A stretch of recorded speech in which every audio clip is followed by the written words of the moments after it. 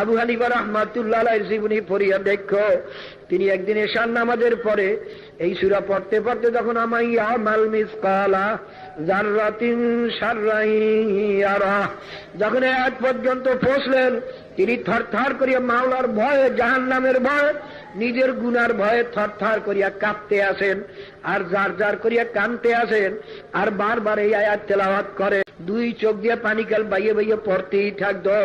শামসুল হক ফরিদপুর রহমাতুল্লাহ দেখছি কাঁদতে থাকতেন, কিন্তু এখন আলেমদের সুখী পানি নাই। এটা কি আমার বোঝার ভুল না আলেমদের বোঝার ভুল, তাও বুঝি না। হযরত ওমর ফারুক রাদিয়াল্লাহু তাআলা আনহু, যিনি আম্বিয়া কেরামদের পরই সমস্ত অলিগস কুতুবের ভিতরে যার হলেন দ্বিতীয় দরজা। আল্লাহ আল্লাহ, আমি ঠিক করছি যখন মাওলা জিজ্ঞাসা করো ওমর কি নিয়ে আসছো, তখন আমি বলবো মাবুদ আর কিছু আনতে পারি নাই, তোমার ভয়ে কাঁদতে কাঁদতে গালে দাগ পড়াইছি, আর কিছু আনতে পারি নাই। আল্লাহর হাবিব ফরমান